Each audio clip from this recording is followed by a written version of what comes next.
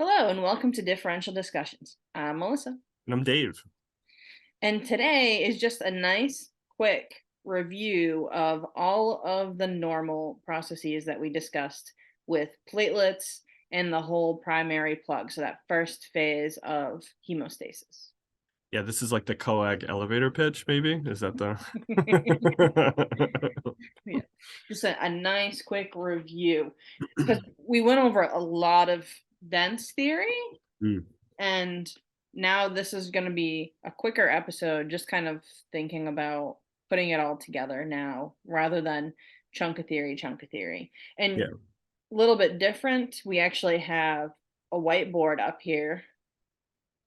Yeah, we And don't just have a white screen with yeah. So if you're listening on the podcast, I have the whiteboard pulled up because I'm going to draw. So if you want to see my terrible drawings, you can head over to YouTube. And if you're on YouTube, then you're about to see my terrible drawings. I'd say world famous coag drawings is what I would say. Terrible. You're gonna get Terrible. contacted by textbook companies and they're gonna want to use this art. Pretty sure no one is ever going to contact me about using anything that I draw. Same. But that's okay. We're here for the visual aid, not for my beautiful drawings. Correct. Yes. And they'll be very functional. So Yes. Functional. right. So the coag journey. We started with the vasculature, right? Mhm. So I guess that's kind of where we're going to go again, right? So the functional cell of the vasculature would be the endothelial cells, Yep. and then we'll show what happens when they get disrupted. We'll start with the primary hemostasis and our platelet plug, right? So here's my vasculature, right? And then you have a break in the vasculature. So that's our break. Mm-hmm. And like Dave was just saying, you disrupt the endothelials, Mm-hmm. right? So several things happen, right? Your endothelial cells can secrete a lot of things that are going to aid in this process. But one of the major things is the exposure of that subendothelial collagen. Mm-hmm. Mm-hmm. So Yep. for anyone wondering, SEC is subendothelial collagen. Collagen underneath the endothelium. So you expose that collagen. And what happens when you expose collagen? So in the low shear spaces, right, platelets will actually have some opportunity to interact with that collagen.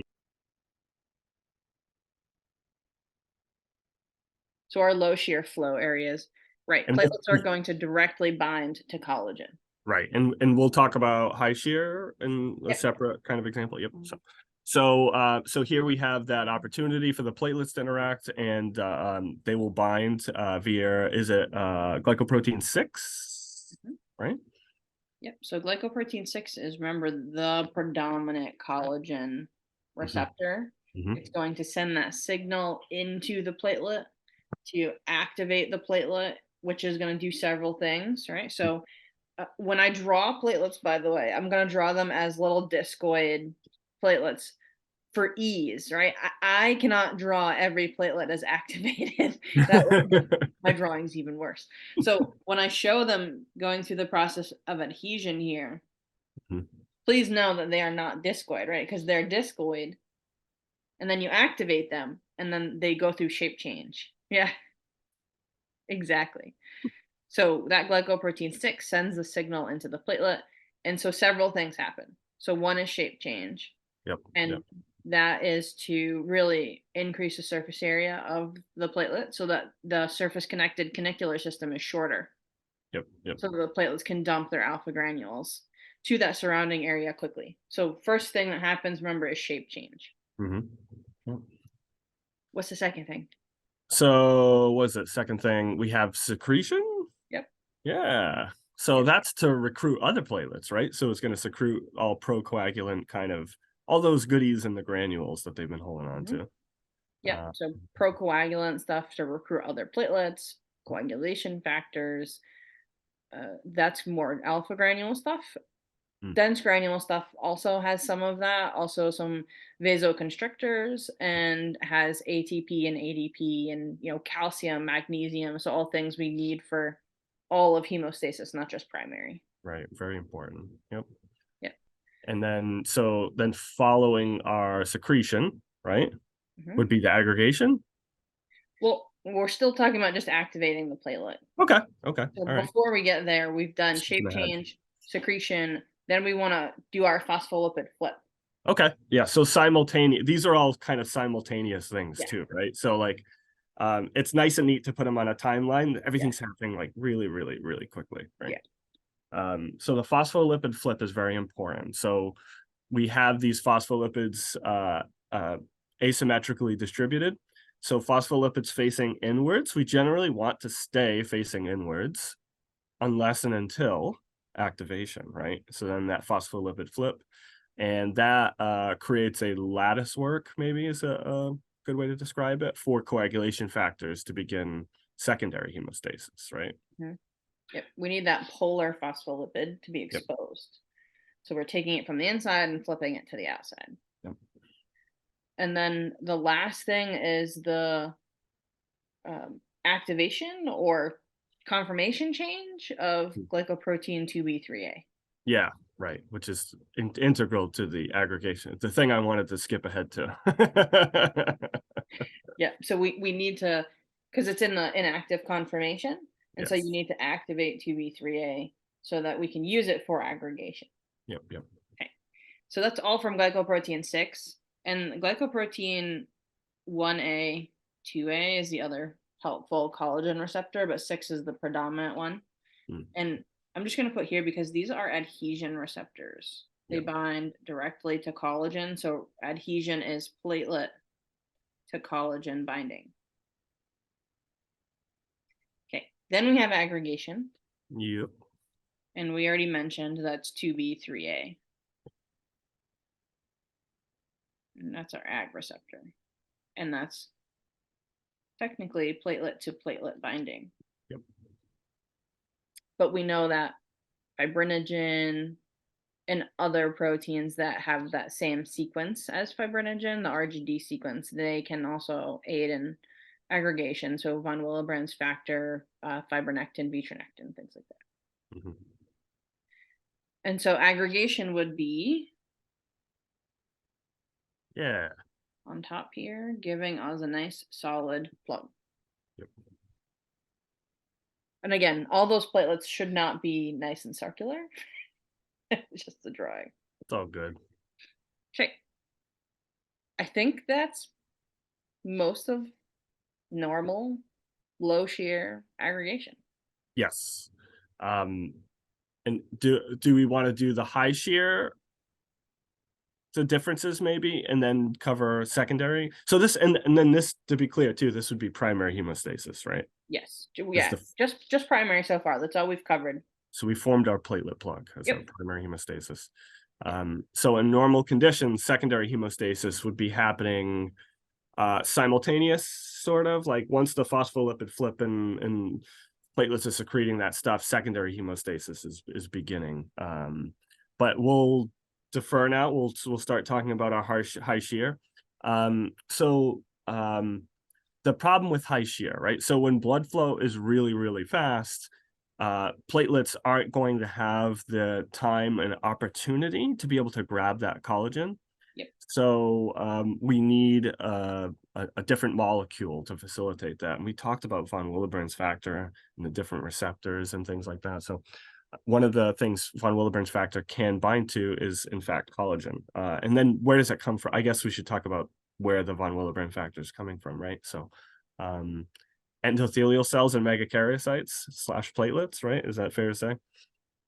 Yep. So, and then if we imagine our von Willebrand factor, I think of like the red carpet. I think of like these long trails of carpet, and there's an enzyme, Adams TS13. Maybe I'm going too far in the weeds here, but we'll cut it up into different lengths. And having a variety of lengths of von Willebrand factor is very advantageous. We don't want them to all just be super long. There's disease states associated with that, pathophysiology associated with that. But Yep. in any event, Let's actually take a second and draw that. We have sure. a little bit of time. So if this is your vasculature, right? That's part of your vasculature. We have specific endothelial cells. Pretend that's a nice endothelial cell. and you're going to expose von Willebrand's factor from the Weevil-Palade bodies here. So Mm. this is a Weevil-Palade body. Let's see. So you expose von Willebrand's factor, you secrete it from there. And usually there's an adhesion molecule like p-selectin or something that'll help it adhere. And then Atom TS13 is just kind of sitting here waiting to chop up that von Wille. And so it Molecular chops up the von scissors. Wille and puts it out into circulation in the different size multimers. And it's important to note that endothelial von Willebrand's factor is really responsible for the circulating amounts of von Wille. And Right. um, if you need extra von Wille at the site, yes, your damaged endothelial cells can also excrete it, but that's really where platelet von Wille is most active. It's going to be secreted right whenever you activate the platelet, and so you'll have von Wille there for help with other adhesion if we need it, and help with aggregation. Mm. All right, let's go back. Okay, so let's think about von Wille being a huge molecule. If you Mm. ever look at the way a protein, a very large protein, is drawn, it looks kind of like this. Mm. Oh, Mm. Yeah. Yeah, protein. like the scientific, the Yes. what's noting all the beta pleated sheets Yep. and helices. Yeah. Yep. All that fun stuff. It looks something like that. But the way I like to think about it, because we have to roll out the carpet, because when it's in that big circular form, the receptor for the platelets is going to be hidden. Mm. Mm-hmm. Mm. So I kind of think of it kind of like this, where it's all curled up on itself and it's hiding those receptors on the inside. Mm. And so what happens is when it binds onto collagen, rather than staying in that kind of coiled up form, it literally rolls out the carpet and Mm. exposes those receptors now. Mm-hmm. Yep. And then you have your platelets that will come along and bind onto them. So more adhesion receptors, right? Mm-hmm. So Yeah, technically it's still platelet to collagen binding, but mm. now it's platelet to von Wille. To collagen, right? Yeah. And so we need platelet glycoprotein 1B95. I like to think of the platelets too. It's like an action sequence in my head. I don't know. I've watched too many Star Wars movies. But it like the platelet's gonna maybe hit the von Willebrand factor and like roll down as it slows down from like the high shears, you know. So um the von Willebrand factor is kind of acting like a Velcro, right? Yeah. Which we could kind of see as like a bigger landing pad, Yep. more tolerance for maybe like it's like slowing down, right? As opposed to like a platelet and the subendothelial collagen and the low shear, I think of like almost like a button, like a fastener, right? Mhm. And it's hard to do that when you're going really, really fast. So Yeah. you need this. Well, I think the other benefit to von Willebrand's is it doesn't it's not stuck at the edge, like at the side where the vasculature is. It can kind of wave into the middle and grab other platelets that are not quite next to the vasculature. That's a great point. Yep, yep, yep. Is it? Yeah. So I can imagine that. But still, you need the Velcro to, your Yeah. platelet's going zooming by and it gets Yep. stuck right onto the Velcro of Yeah. von Wille. Yep. Yep.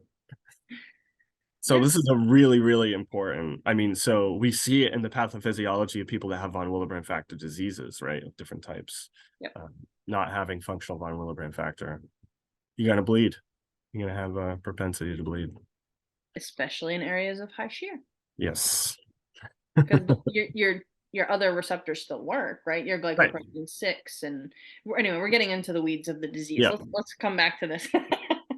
So 1B95 is that um, platelet receptor for von Willebrand's factor, and then once it gets close enough, the platelet can still bind to collagen, Yep.